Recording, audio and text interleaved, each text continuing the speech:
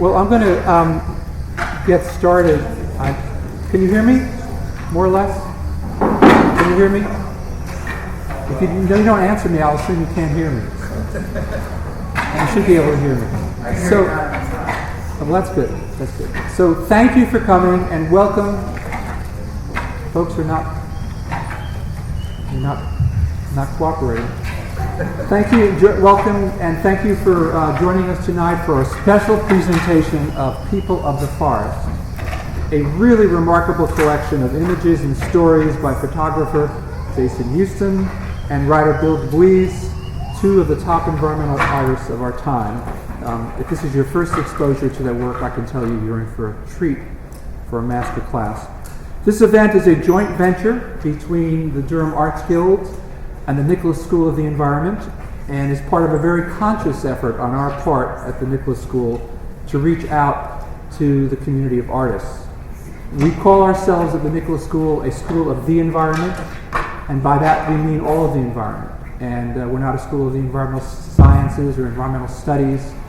So we have the physical sciences and we have the social sciences, but the art is such an important, incredible part of the environment. If you think of some of the first works of art, drawings on caves, many of them were in fact examples of environmental art, teaching people about the environment and our experience of the environment. And so we at the Nicholas School feel it's the art part of the environment is an incredible, important part of what would be a school of the environment, and therefore events like this are very much an important part of what we do.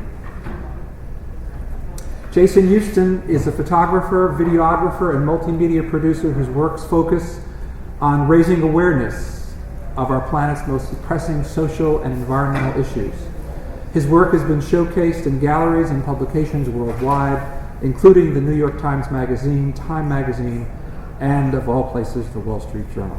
It's a good, very good publication, very good publication. Bill deBuys is the author of 6 books, including River of Traps, a New York Times Notable Book of the Year, and a finalist for the 1991 Pulitzer Prize for General Nonfiction.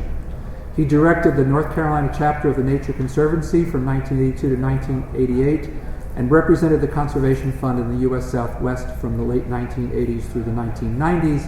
And I am told in his words that he graduated from that school down the road. And I'm sure he got a wonderful education.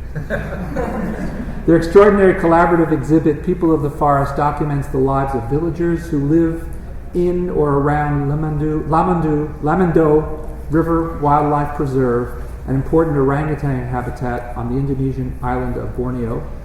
The appearance of the exhibit here is a wonderful example of synchronicity.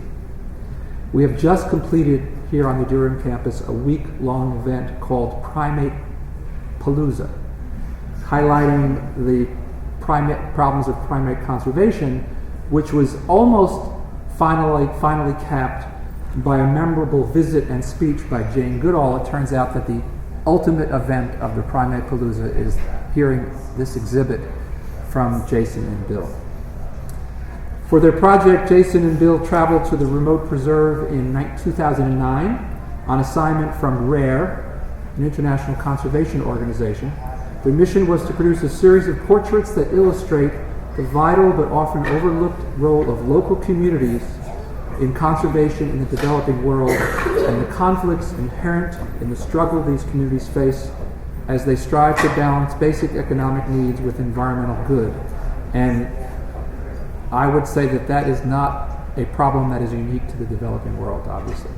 The photos and stories Jason and Bill are sharing with us tonight capture the resilience and resourcefulness of people living on the forefront of one of the great environmental challenges of our time, and remind us that these people must not be viewed as pawns, but rather as vital partners in forging a sustainable future. And finally, I'd like to thank once again the Durham Arts Guild for co-sponsoring tonight's presentation. Don't forget that the full exhibit of their work can be found on display at the Guild's downtown gallery at 120 Morris Street through April 17th. I recommend it highly. And now it is my pleasure to turn the program over to Jason Houston and Bill deBuys.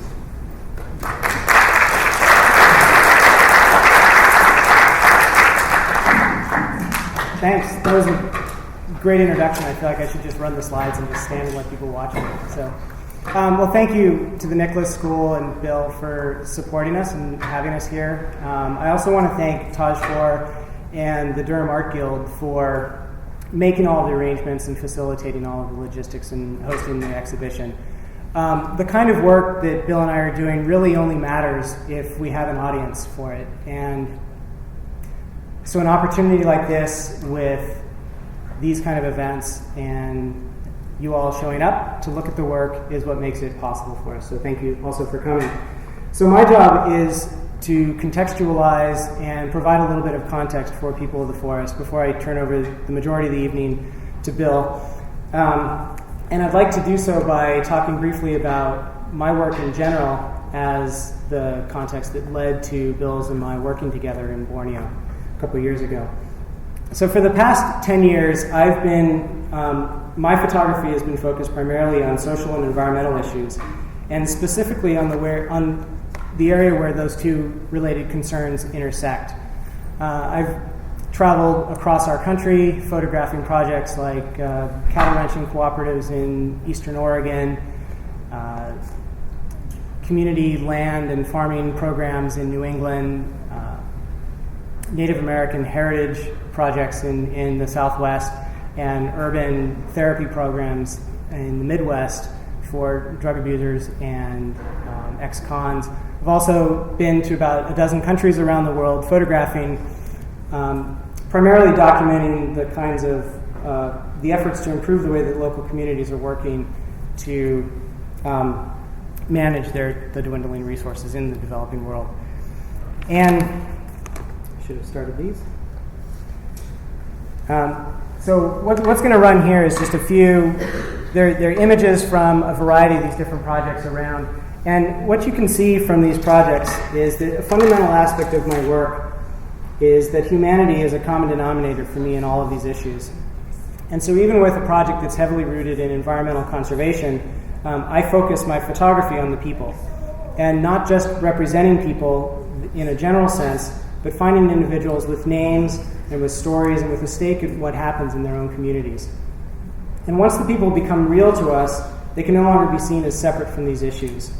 We start to understand the complexity, and we must include them in the considerations as we deal with these concerns with the environment.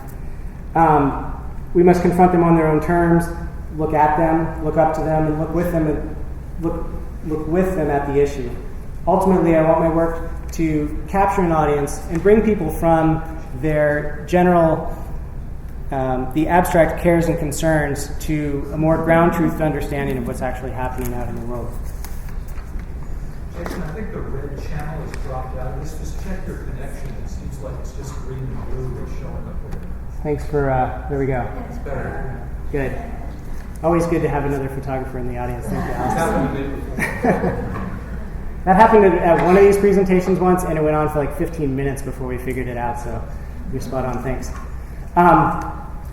But not everyone has an opportunity to travel, to spend a week on a ranch out west, or to spend 3 weeks wandering the forests of Borneo. And so I see it as my responsibility as one who does have this opportunity as a photographer and as an artist to be a good witness and to interpret for others, and bring back these stories for others who might be interested in these issues.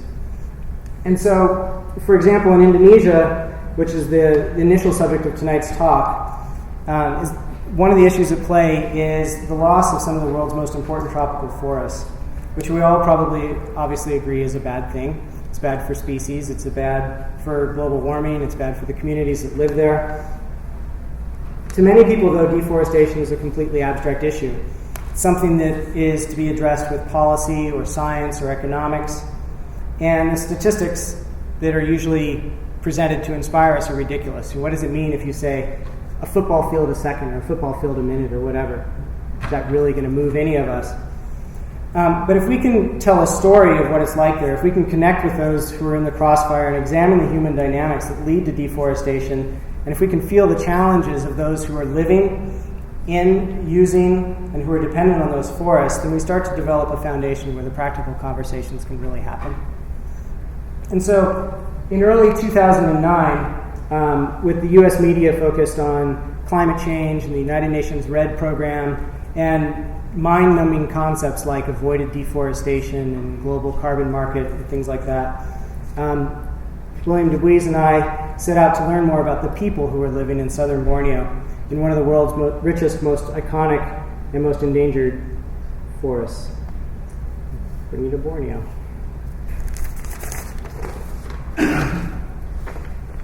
So as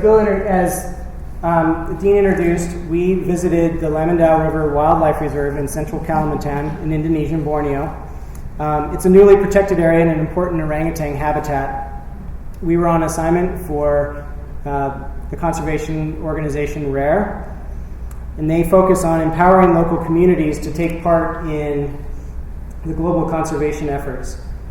I have done a number of trips for RARE, in which many of them focused on programs already in progress, but in this case, RARE had not actually begun working in the area, and so what they really needed was they needed content that they could then use to talk to their partners and their donors about the importance of their work and the importance of bringing their work into these big international considerations. So, bring you to the next one.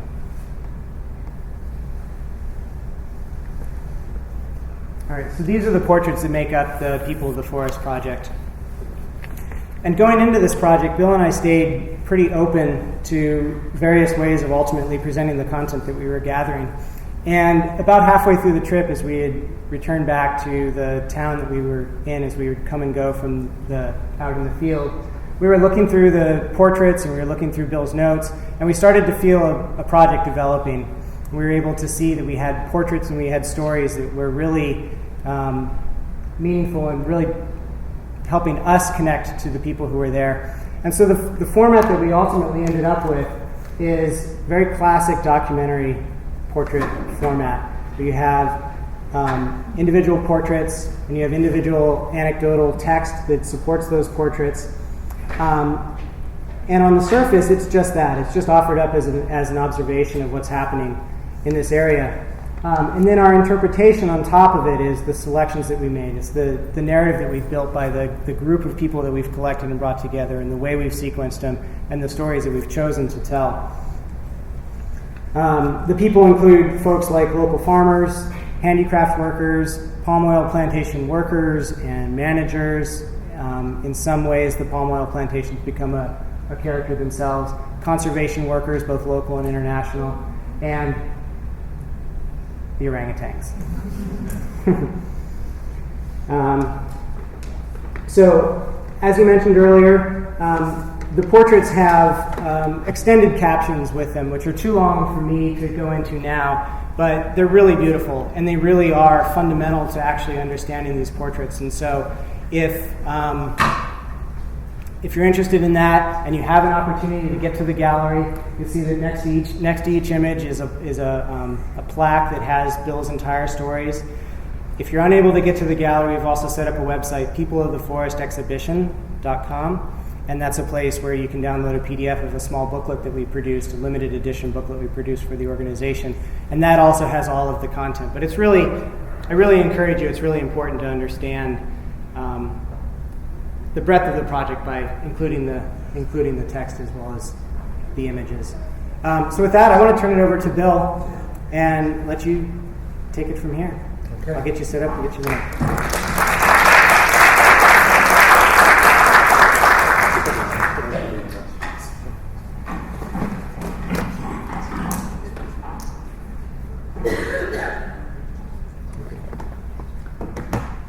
Okay, well, it's great to be here. Thank you all for coming. What a nice hall to be in here at Duke University.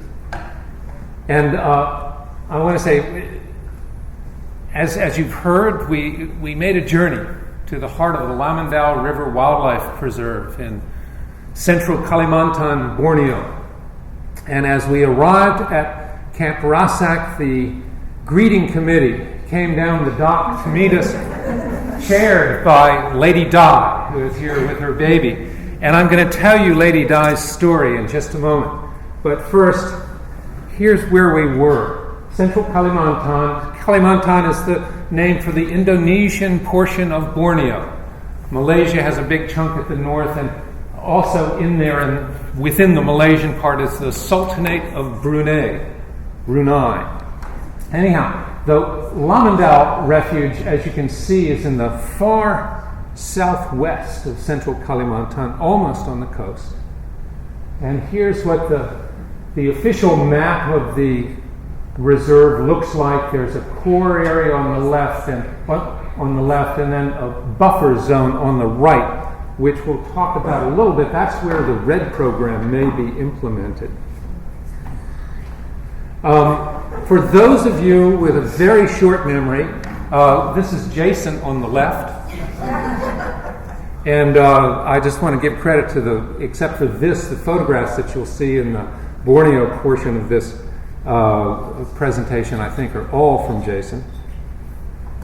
And here's Lady Di's predicament. She's a refugee.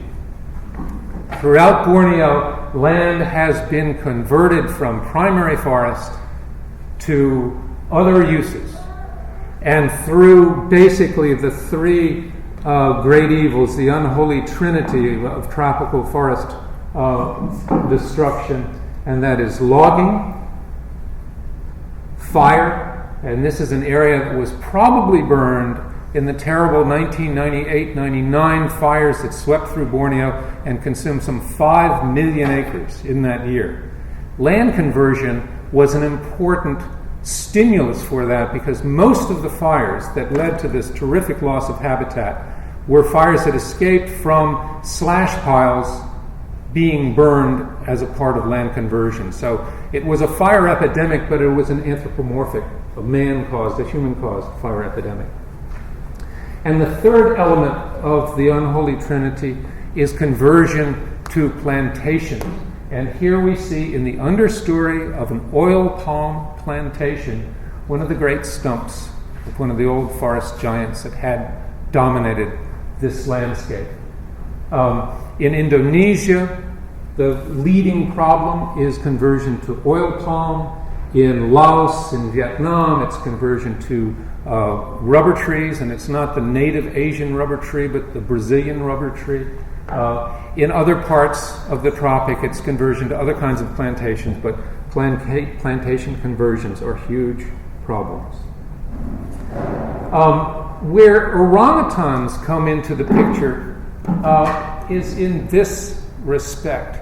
You heard mentioned just a little while ago from Bill Chimides that Jane Goodall was just here. Jane Goodall was one of the 3 angels of Louis Leakey, the great archaeologist and primatologist.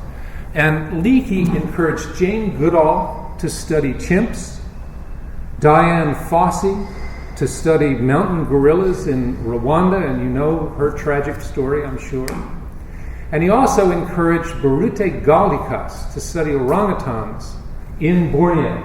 And through Birute's incredible efforts over a period of, I guess now 30, maybe 40 years, Tanjung Puting National Park was established. She was a key motivating factor in the establishment of this very important national park in Borneo, in Indonesia, which is one of the great protected orangutan habitats. Over the years, because of the land conversion, the logging, the fires, and so forth, a great population of orphaned orangutans were assembled. These are the baby orangutans of mature apes that had been shot because with loss of habitat they became crop poachers. These were also animals that were rescued from the pet trade or from the circus trade or other kinds of uses. So what to do with these rescued apes? Well, those that had the capacity were reintroduced to the wild, a lot of them at Tanjung Puting.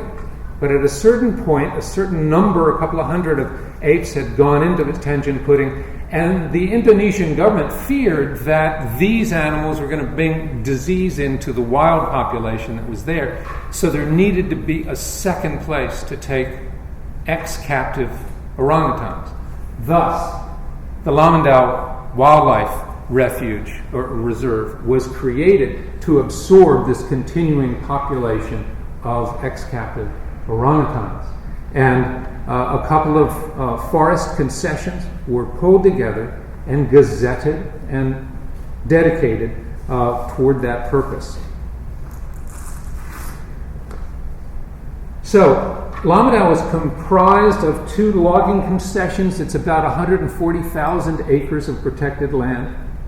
Now, everybody's heard about paper parks, places that are gazetted, they're outlined on the land, but they have no management oomph behind them. And with ineffective management, they can gradually lose the qualities that earned them recognition in the first place. This is the struggle at Lamandau, and this is the struggle that the partners that I'm about to talk about have pooled their resources to deal with. At the beginning, at the core of the effort, is the reintroduction of ex-captive apes to the wild. And pure and simple, it's a welfare program. You take apes, you put them back in the forest, but these are apes that have been conditioned to people and they can't make it on their own. They need supplemental feeding. And so they get that supplemental feeding, a lot of powdered milk and cucumbers twice a day. And that's what Camp Rassak is about. It's a feeding station for the ex-captive apes. Here's the good news, though. Some of the females are missing. Word is they've taken up with wild males and headed north to another part of the reserve. More of the good news is that there are no breeding males in this group, but there are 11 new babies. Something's going on. So I'm sure of that. So the ex-captives and the wild populations are getting it together. Stephen Bremd, who was our guide to this place, he's a senior conservationist with the Orangutan Foundation of the United Kingdom. And just to get this out of the way right away, Orangutan Foundation United Kingdom is a non-profit with the single most lamentable acronym in all of the NGO world. And I'll let you do the math and figure out what that is. Orangutan Foundation United Kingdom. Thank you. All right, you're there. Stephen Brand told us, orangutan conservation is very simple and very hard at the same time. That is the paradox of this work. The simple part is, don't chop down the trees, don't hurt the orangutans. Don't chop down the trees and we'll all go home. The hard part is getting there. Well, if you can get there, if we can get there at Lamandau, the collateral benefits are enormous because it is such good habitat for such a broad suite of species, from this black hornbill, which is a fruit-eating bird with an amazing casque on the bridge of its beak, and there are several species of hornbill at Lamandau, from the large to the small, to the mysterious and undiscovered. The diversity of this ecoregion is rivaled in the world really only by the Amazon basin. And more than preservation is at work here. Lamandau is a kind of wild hope for the future. As Stephen Bren says, it's been very smashed up. It was cobbled together from old logging concessions, and a lot of it had been logged, as you see here. But the hope is to leave this place alone long enough for it to come back. Let time do its magic, says Stephen. It will come back. And the future of conservation, those of you studying environment, the future of conservation in the tropics, really, and in much of the rest of the world, lies with secondary forests. It lies with what's going to happen with lands that have already taken a pretty big hit from human use. As the years go on, as Lamandau comes back, there's a lot of room there for a lot of sustainable human practice. Fishing, for one thing, and you can see the clock there of a fisherman on one of the still water bayous. Also, rubber tapping. This is a photograph from the show that's at Durham Art Guild. And these folks are Atman and M. Yani. Together they tend 120 rubber trees over 17 trails that wind through the swamp. And they managed to harvest about $150 worth of latex per month, which is divided between their two families. And it's a living. There are other uses to be had in the forest too. Rattan collection, herb collection. The forest can certainly support a limited amount of hunting.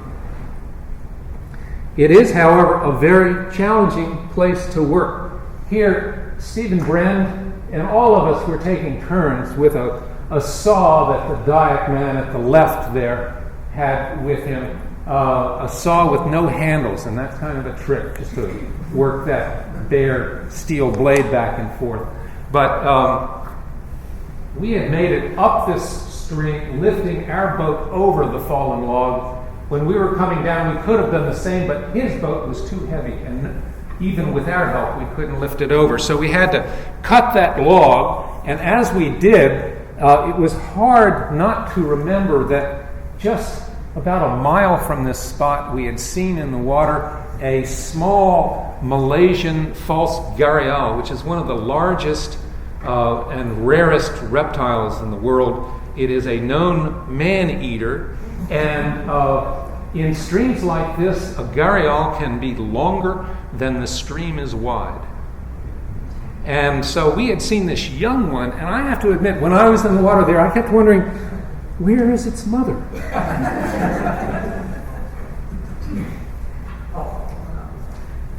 So here's the big challenge. This is Stephen and my favorite of the orangutans, Joanna. The big challenge is to defend Lamandau from the encroachments of loggers and farmers, and most particularly from the relentless expansion of oil palm plantations, especially where villages, whether by subterfuge or intention, have already lost much of their land to plantations. The hunger to access fresh lands for new farms and still more plantations represents a continuing threat. Somehow, the expectation that more land is always available has to be broken. Somehow people have to commit themselves to working better with what they have. So that's the challenge. And the cast of characters assembled to try to meet it included Orangutan Foundation UK, the Forestry Department, the overworked, undermanned, and underfunded Forestry Department of Indonesia, and a really remarkable organization called Yayasan Orangutan Indonesia, which shortens to Yayoran, taking two letters from each of those three words. It's the Indonesian Orangutan Foundation. And we're going to talk about it in just a moment. But first I want to say a word about some of the folks who work there at Camp Rasak, taking care of the reintroduced orangutan. This is Dion, the camp manager, one of the most attractive young men I've bumped into in a long time. Very talented, diesel mechanic, part-time cook, personnel manager, primatologist.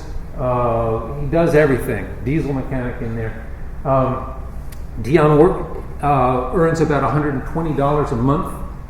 And if he didn't have this job in conservation, his career opportunities would include illegal logging and being a laborer on an oil palm plantation. So this is a very important opportunity for him, which he has definitely made the most of. Here's one of his colleagues, Irus, and Edo is hitching a ride with Irus. An aside about orangutans, they really don't like to walk, and if they can hitch a ride, they will, but they don't really hitch if you're walking along. They might just reach up with one giant arm and pull themselves up and ride you, and they ride like a sack of gravel. I mean, they are heavy. Dead weight. But Irus is from the village of Babuwal Baboti, which is one of the villages that Jason and I went to after we spent a little time at Camp Rasak. And so he, like Dion, are native Dayak people from Borneo. Here's a remarkable human being. He is not Dayak. He is a 14th from Sumatra. Togu Simarankir. Togu is one of the most charismatic and outstanding young conservation leaders I have met in my life. He heads Yayuran, and I call him a 14th. He knows all 14 of the past generations of his family from Sumatra exactly, and he is known in his family as a 14th. This is a man, shall we say, with roots, and really a capable manager of people, an inspiring manager of people. One of the people he works with is Hari Kusharanto, who works for RARE. RARE, the outfit that sent Jason and me to Borneo, is a close partner with Yayuran in its work at Lamandau. And Hari, his job is to supervise something like 18 different pride campaigns.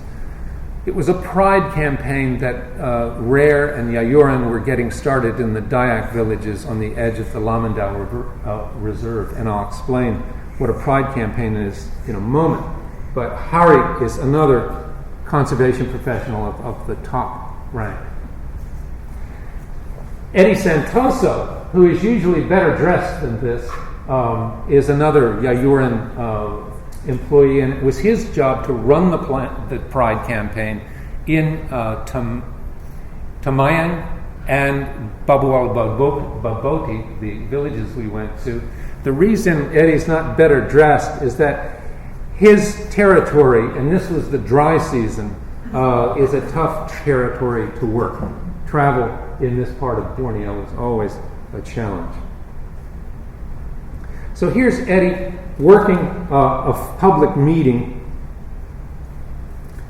in Tempayung.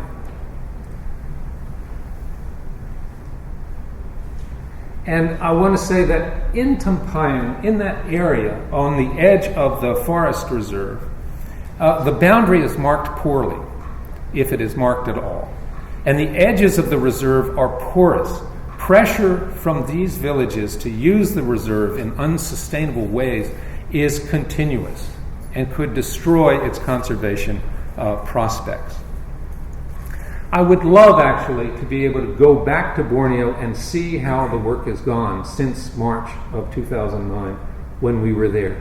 The first task of the Pride campaign, and this is an interesting way to approach conservation in an environment you don't know, was basically to poll people, to census them as to their values about the environment in which they live. And the idea of doing these questionnaires and eliciting what people's values were was to find out what they were proud about in the place where they lived, what things they valued highly, and then to be able to build on that some kind of campaign that accentuated that pride and that produced loyalty to place out of that pride as based on that pride.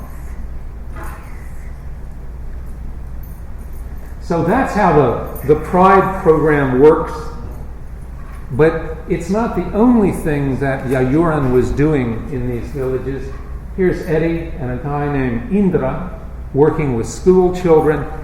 It may be that the Pride program and the methodology that comes from RARE really gets traction and is really important in the work of Yayuran in the villages, but it may be just as likely that what's really important are the personal relationships that are created between the Yayuran field workers and the villagers, and the spirit of alliance and cooperation that develops. One of those allies for Yayuran in Tempayung is this fellow, Imoy, and I love this photograph because Imoy's machete is half as long as he is. You've seen his picture before, Jason showed one. He's a almost radiant individual trying to do his best with the land. And it's worth asking, why is this kind of photography important to to conservation? What function does it serve? It's the same question as why does it matter to see Annie Mae Gudger through the lens of Walker Evans? And whole books have been written in answer to that question. I'll just offer one little snippet at the risk of oversimplification. But when you encounter another human being as directly as this photograph has you do, it seems to me you are challenged to put aside the categories, the preconceptions that you brought to that moment, and to connect with that person directly. That process breeds a kind of equality, and that equality has to be a part of any kind of meaningful social interaction. So there's a great value in creating that minimally mediated connection between people that this kind of photography can do. So this is Imoy's Ladang, his farm, his swidden, and what he's trying to do is to engage in agriculture that does not require slash and burn movement across the landscape over time. Slash and burn or swidden agriculture is a controversial subject. Not all of it is bad for the environment. Over time, it can be quite sustainable, but the problem for Tempayan and Babu al Babote is that the encroachments in of the oil palm plantations leave very little room for rotation, for movement. And so if people are going to be able to do more slash and burn, they're going to have to move into the forest reserve, and that's a real problem. So finding a way to create sustainable agriculture there, as Imoy is trying to do, is very important, and the key thing he's trying to do is to use very intensive composting to keep the land rich. You've seen Luparia before. She's a rubber tapper, different kind of rubber tree from Atel and Emyani before. She gets up at 3 o'clock in the morning because it's in the small hours that the sap flows most vigorously through the rubber trees. She's back in bed around dawn, then gets up to stir the latex. She has 2 children and a husband and has been tapping trees since she was 13. Ibu Kalut is over 70 years old. It takes her 2 to 3 days to make one of the baskets you see in the picture with her. These baskets sell for less than $1 a piece. Ibu Simat is another basket maker. She weighs about 80 pounds, I guess, stands about 4.5 feet tall. She has 4 teeth and a razor whip. And I began to think that Yayuran was really doing something good in Tempayan when I heard her say that when she died, she intended to come back as a ghost so that she could haunt Indra, one of the Yayuran workers. And I thought, okay, if there's that kind of playfulness going on, there's something really good in the works. Tak Isar earns about $3 a day as field labor in the oil palm cultivation business. That's on his own land that he leases to the oil palm plantation. He gets about another $1 per a day or so in rent from the company. It's a good life for him. Pengli is here working with his dodos, which is a spade-shaped spear that he uses to cut off the fronds of the oil palm and then to cut out the fruit cluster. On a good day, he can harvest 1.5 tons of these big bundles, fruit clusters. Pak Isan is the Demong, or the headman of Tempayan. He wants to see a return to traditional values, a return to traditional agriculture, away from the oil palm plantations. But to do that, he's got to get for his village more land available for agriculture. Selling him on leaving the forest reserve alone will be a very tough job. There's another agenda in the land here, and this is in that buffer zone around the Lamandau Wildlife Reserve, to reforest lands like this. And this would be part of the RED program, the UN's reduced emissions from deforestation and degradation, REDD. If that comes through, and the RED program is very controversial. Its proponents say it's a way to provide financial benefits to people to keep the land as it is without developing it. Its critics say it's a way to create a financial infrastructure for corruption to work and for indigenous people to be further dispossessed. Don't have time to get into those issues very much here, but protecting the carbon at Lamandau has a double benefit. It's not just the trees. The land is peat. And as long as this peat is saturated with water, decomposition is very slow. But if you drain the land and dry it out, the decomposition moves from anaerobic to aerobic, and you produce enormous amounts of both methane and carbon dioxide, greenhouse gases. Indonesia is the world's third largest producer of greenhouse gases after China, now first, and the United States. So keeping that land as forest has double benefit. Okay, well, the issues here are really to find ways for people around the Lamandau Reserve to make better choices. But the key thing is that for them to make better choices, they have to have better choices to make. And those economic opportunities are still developing. They're not there yet. That's part of what Yoran and Rare are trying to work on. I'm going to jump now to another part of the world. I just got back from 6 weeks in Laos, and I want to tell you a little bit about tropical forest conservation in Laos.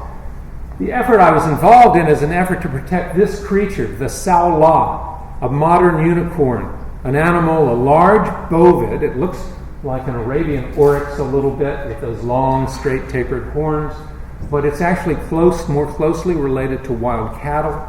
It was discovered to Western science only in 1992. It's one of the rarest large mammals on the planet, truly like a modern unicorn. This is Martha, a sao la that was captured in 1996 and lived for about 3 weeks in captivity before dying.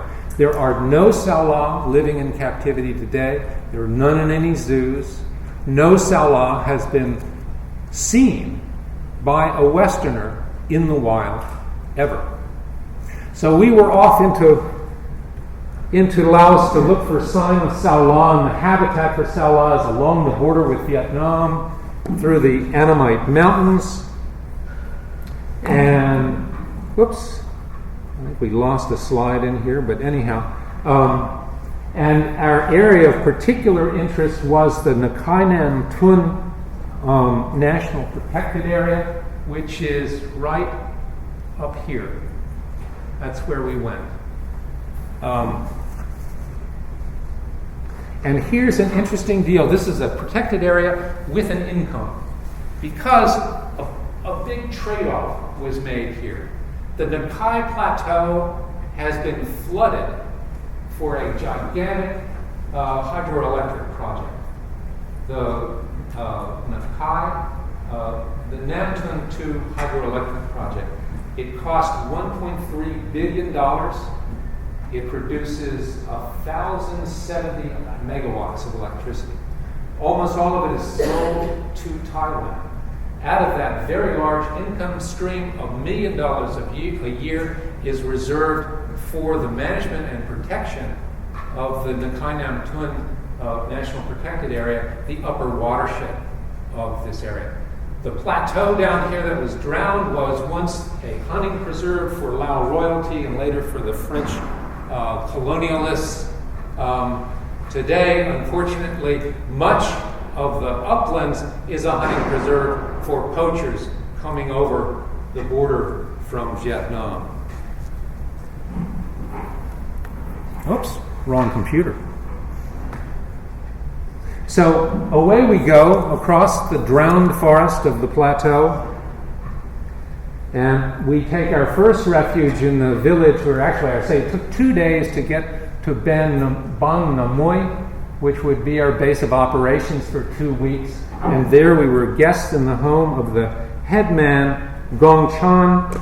And what is his lovely Gong Chan and John C. He is Sek, she is Cree.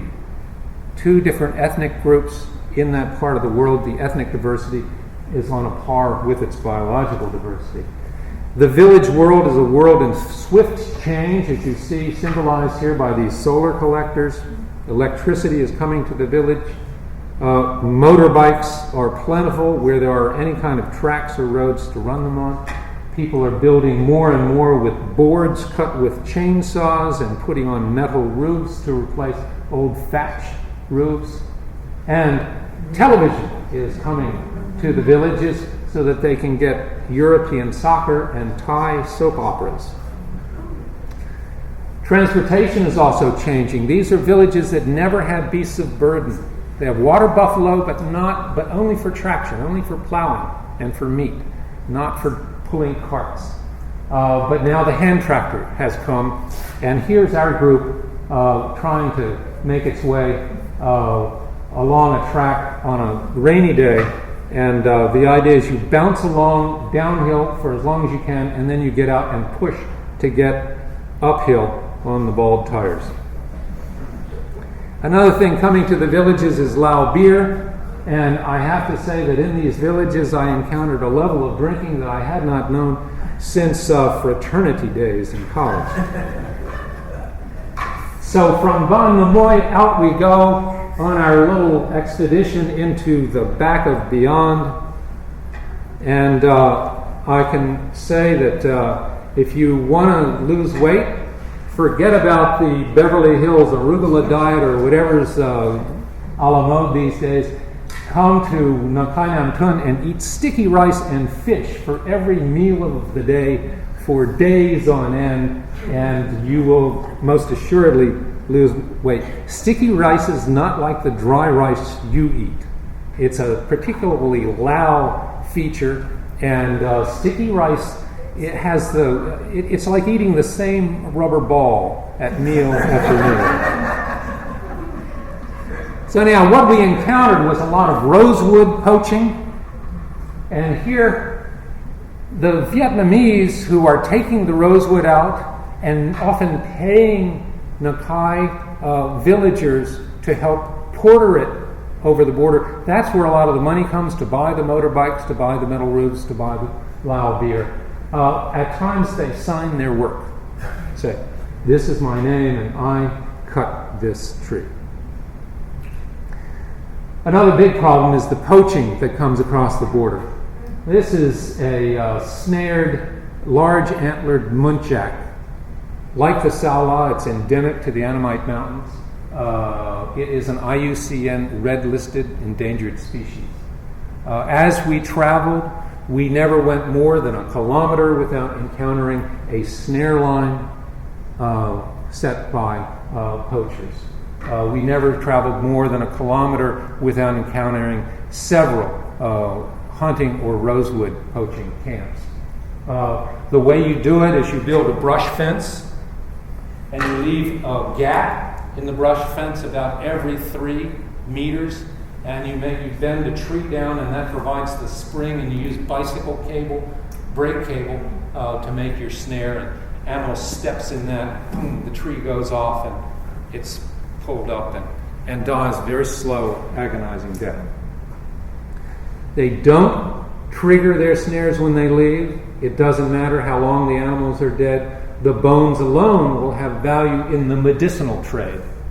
And what's driving this is both the Chinese and the Vietnamese traditional medicines, both the medicine trade and the restaurant bushmeat trade.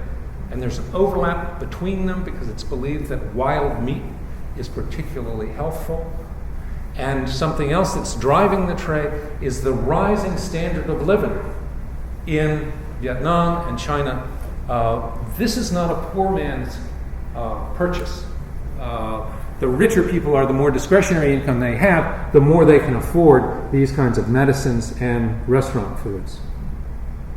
Here's a ferret badger lost in another snare. Here's a jungle fowl, which is the close ancestor of our domestic chicken.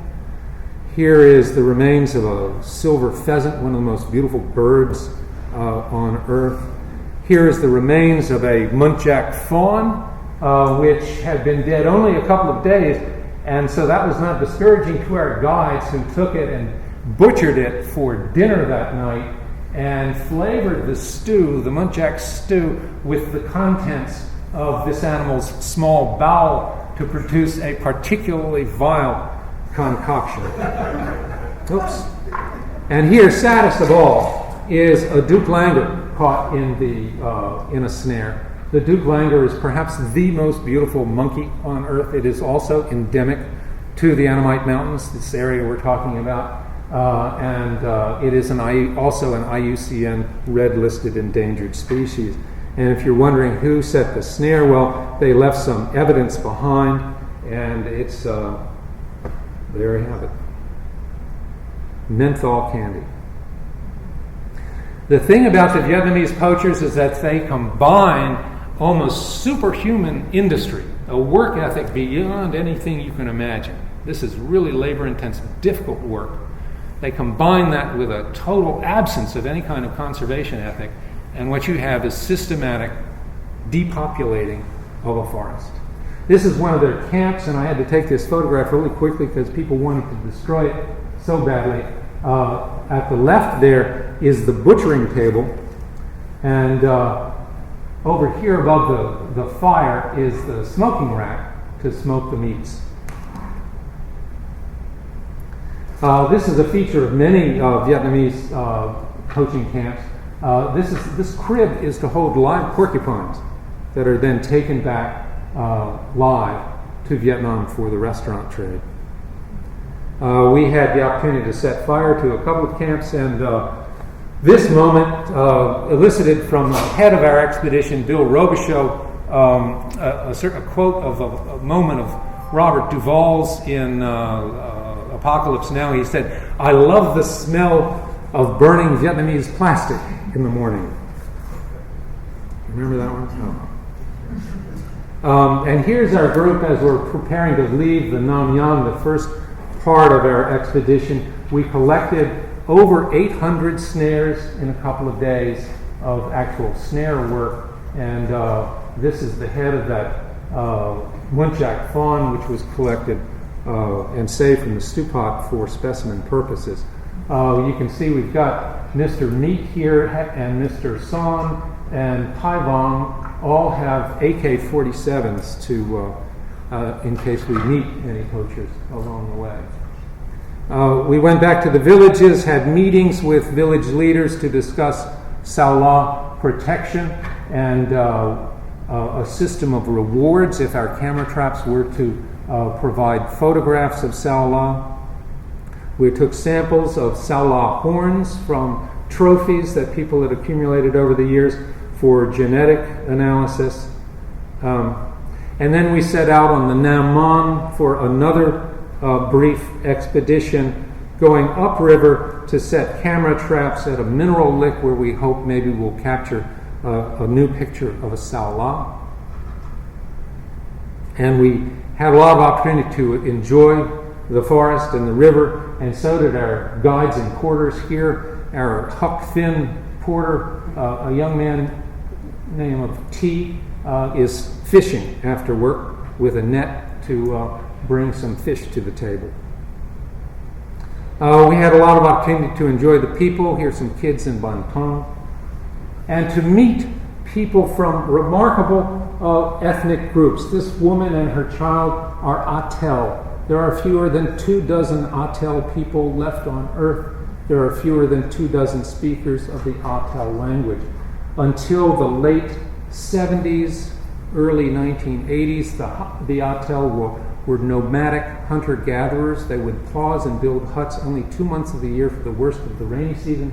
They've since been resettled to villages where they are dying like flies, not doing well at all. If they are lost, think of the indigenous knowledge of that complex ecosystem that will be lost with them. And we especially enjoyed our time with Gong Chan in Ban Namui, who welcomed my friend Bill Robichaud with these words, "I'm sorry I'm drunk, but I thought you were dead." There are lots of stories. There are lots of stories to tell about Laos and conservation, but I want to tell this one very briefly, and that's the story of the legacy of the Indochina War.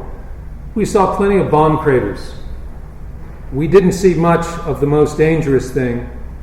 This is a map of unexploded ordnance from the Vietnam War. Laos is the most bombed. The Lao people are the most bombed people in the history of civilization. More tons of bombs were dropped on them than were dropped on all of Europe during all of World War II. Included among those bombs are about 270 million cluster bombs. Bombs about the size of a tennis ball in many instances. And about a third of those, 80 million of them, never detonated. They're still out there in the landscape. They're still killing and maiming farmers plowing their paddies and children just out playing in the forest on a regular basis. That's a gift of the American people that keeps on giving year after year.